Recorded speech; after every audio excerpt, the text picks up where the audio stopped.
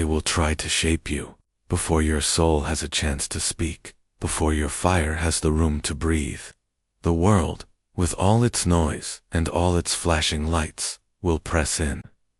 Demand answers from a heart still learning to beat. They will sell you identities you never asked for, hand you masks before you know the shape of your own face. They will define your value by likes, not love, by status, not spirit. And if you do not learn to master yourself, you will become a product of their design, silent, fractured, forgotten. But there is something deeper within you, something the world cannot program.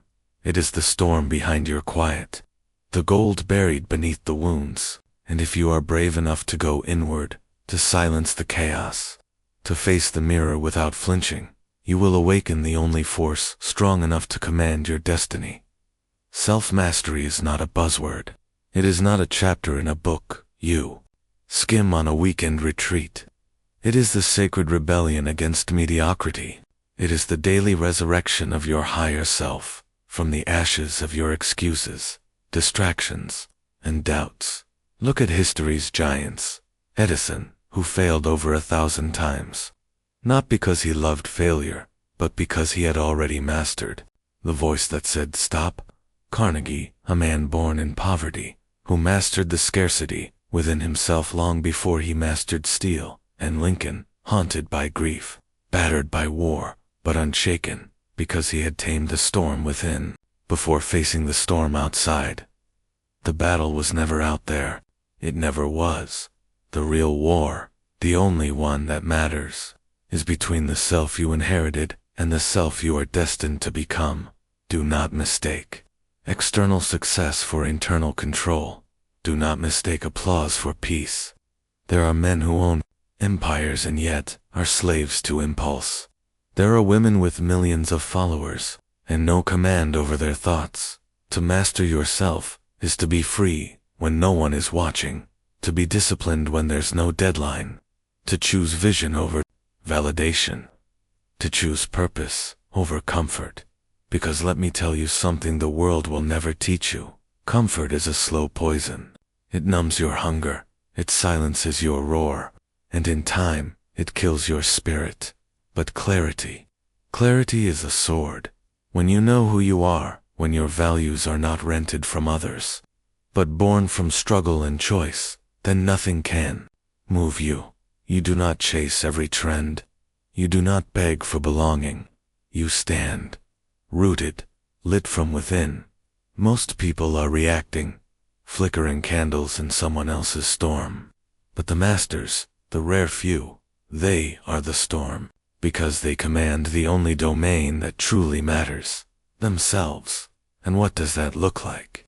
It looks like waking up before the sun, not because it's easy, but because your vision won't let you sleep. It looks like skipping the shallow comfort of scrolling and distractions, and diving into the deep waters of silence, where your real thoughts live. It looks like reading when others watch, training when others rest, choosing discipline over dopamine, delay over indulgence. It is not glamorous, but it is glorious, because there will come a moment. It may be in a negotiation room, a hospital bed, a battlefield of the mind, when everything external collapses, and in that moment, the only thing that will save you is the strength you built in solitude. Let others chase the world. Let them sell themselves for scraps of fame and approval. You are here to become immovable. You are here to build a mind that cannot be bought, a soul that cannot be shaken, and a life that cannot be defined by anyone but you. The path to self-mastery begins with radical belief. Not belief handed down to you. Not belief shaped by what is trending, but belief carved out by fire, the fire of failure, rejection, solitude, and discipline. You must believe that you are not here by accident, that inside you is something divine, not soft and sentimental, but fierce, focused, and forged in the same furnace as the legends who walked before you. Walt Disney laughed out of rooms. Ford ridiculed for his dreams. They mastered themselves first, the doubt, the fear, the noise, and only then did they master the world. But belief without action is daydream, so sharpen it. Sharpen your belief with daily proof. You want to master yourself, then master your habits. Because your habits are your beliefs made visible. Your habits are not small. They are not trivial. They are the architects of your destiny. Every choice you make, when no one is watching, is a brushstroke on the canvas of your character.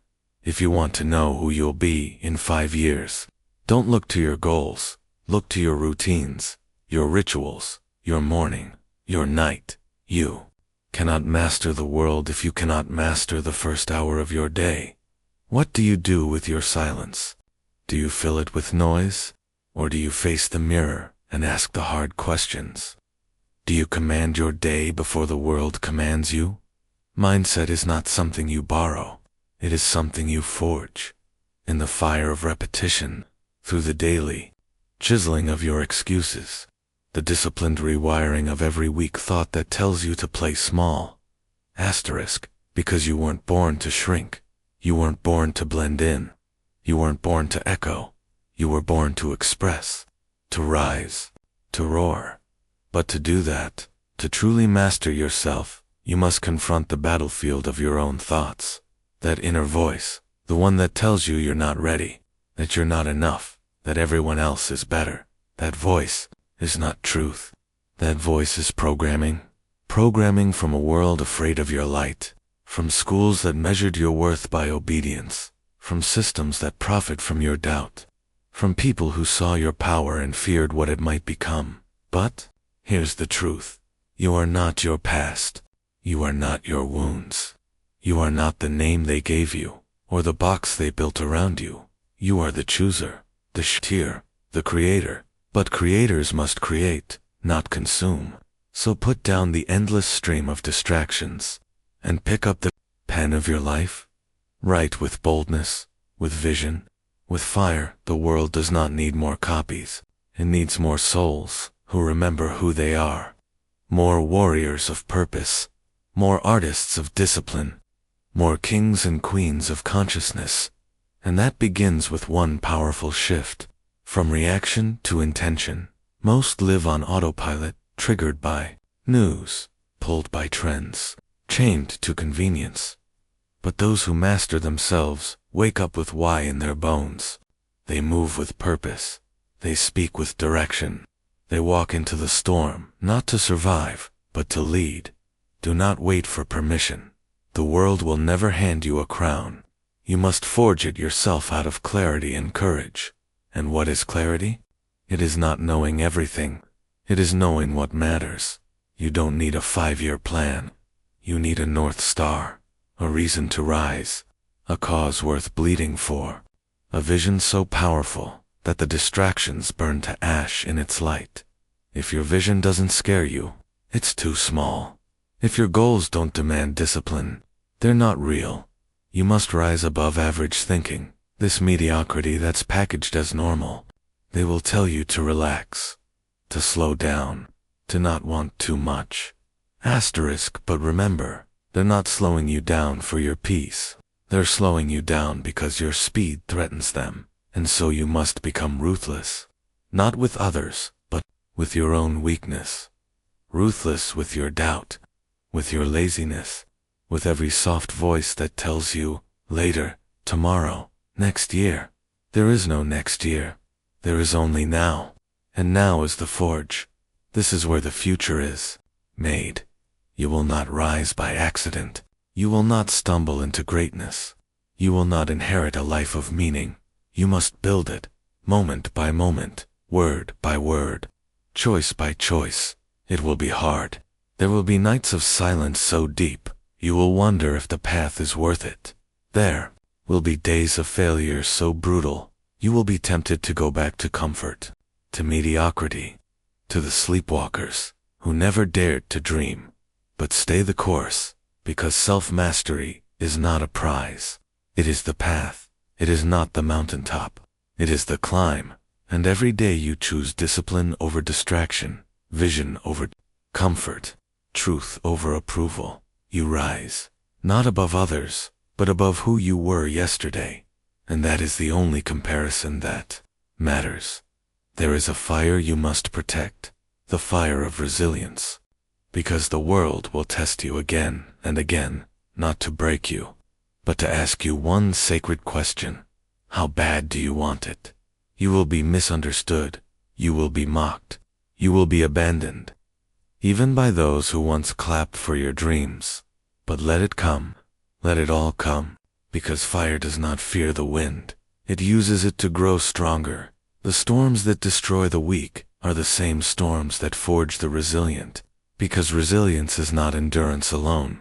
It is the refusal to forget who you are, even when everything you built is burning. When the deal falls through, when the bank account hits zero, when your body breaks, when your circle vanishes, when your mind trembles at 2 a.m. and no one is answering.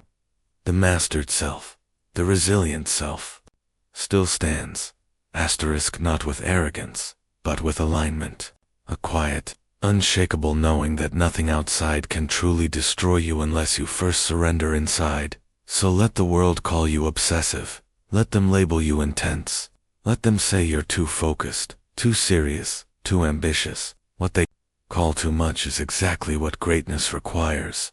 You don't owe the world your compliance. You owe your soul its becoming. And becoming requires emotional control, not repression, but precision. Because emotions are messengers, not masters. Most people are prisoners of their feelings. One bad comment, and their day crumbles. One betrayal, and they burn everything down. One failure, and they retreat into victory. But those who master themselves use emotion like a compass, not a cage. They do not run from fear, they interrogate it. They do not drown in anger, they listen to its lesson. They do not numb their sadness, they extract its wisdom. They do not ride the waves blindly, they become the sea itself. Because self-mastery is not emotional numbness. It is emotional fluency, to feel without drowning, to hurt without hating, to fall without forgetting how to rise. You must be the calm within chaos, the silence within noise, the clarity in confusion. The world will always be unstable. People will come and go. Markets will rise and crash. Fortunes will appear and disappear. But the one constant, the one thing you can always control, is you. And to build that control, you need more than mindset. You need meaning, purpose.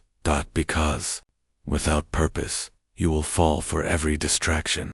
Without purpose, motivation fades. Without purpose, pain becomes unbearable. But with purpose, pain becomes fuel. Look at Mandela. 30 years in prison, and yet, he emerged, not bitter, but brighter. Why? Because his suffering had meaning. Because he had already mastered the man inside long before he led a nation outside. You must find your fire. That one truth you would die for. That one vision that makes you weep. That breaks your heart wide open. That burns so deeply you'd rather live broke, chasing it, than rich living without it. Because here's the secret. Success without purpose is just decoration. But purpose is liberation. And when you live with it, when your feet touch the floor each morning, with direction in your blood, then discipline becomes devotion. You don't need to be forced to show up. You want to, because your life is no longer about comfort, it's about contribution. It's about giving birth to something through your life that echoes long after you're gone. A legacy, and legacies are not built in moments of convenience. They are forged in moments of clarity, when you choose to stay the course, when quitting is easier, when you sacrifice what is good for what is great. So many want greatness.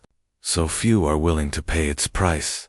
But the masters, the Gibrans, the Jobs, the Gandhis, the Hills, they didn't chase it, they became it. Through relentless commitment to something greater than applause, money, or fame. And you have that same seed, that same divine potential. But only you can awaken it. Only you can choose the path of mastery over mediocrity. The world won't choose it for you. It will seduce you with shortcuts, tempt you with comfort, distract you with glitter, But the masters don't follow the glitter. They follow the glow. The slow burning, steady glow of a life lived with inner fire. And that fire doesn't scream. It doesn't shout. It burns in silence. With consistency. With intention. With a sacred vow whispered in the dark. No matter what, I will not betray my becoming. And now we arrive at the edge. The moment of truth. Where all philosophy must become action. Where all inner work must rise to meet the outer world. You've heard the call. You've felt it burning beneath your skin. That ache to rise. To shed the masks. To stop living like a shadow of what you are. You weren't born to drift. You weren't made to fit in. You were called to command. Not over others, but over yourself. And so the final question is not, do you have what it takes? The real question is, will you give what it takes? Will you give your early mornings? Your quiet nights? Will you give your distractions? Your excuses? Your comfort? Will you give your need for approval? Your obsession with what others think?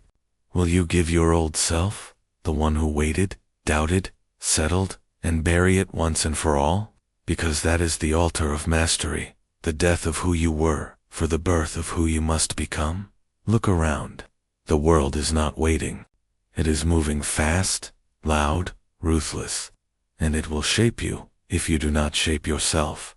It will convince you to trade soul for salary, vision for validation, passion for protocol, meaning for metrics. But you are not here to be mastered by the world. You are here to master you, and then bend the world through the force of your will. And make no mistake, this will hurt. You will lose things. You will lose people. You will lose versions of yourself that were never meant to last. But on the other side of that loss is power. Not power over others, but power over your own mind. Power over the war between who you are and who you pretend to be. And when you arrive there, you will no longer chase motivation.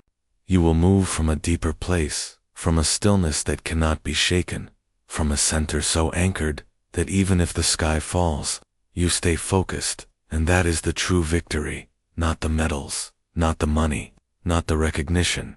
The victory is waking up and knowing you are no longer at war with yourself, that every day you rise with clarity, you move with purpose, you speak with intention, you act with discipline, and you rest not in laziness, but in fulfillment, because you mastered the only battlefield that ever mattered, your own soul. So stand up now, not physically, spiritually. Declare it, burn it into your bones. I will not be ruled by chaos. I will not be programmed by fear. I will not betray the fire within me, because that fire, that is your truth, that is your freedom, that is your crown. So wear it boldly. Walk like you remember. Speak like you believe, and build a life that no one else can build for you. This is your time, not to compete, not to impress, but to become. To master your thoughts, your time, your energy, your presence. Because if you don't, the world will, and it will not be kind, it will not be fair, it will not wait. But you were not built to wait. You were built to rise. So rise. And never forget. The world bows to the one who has already conquered himself.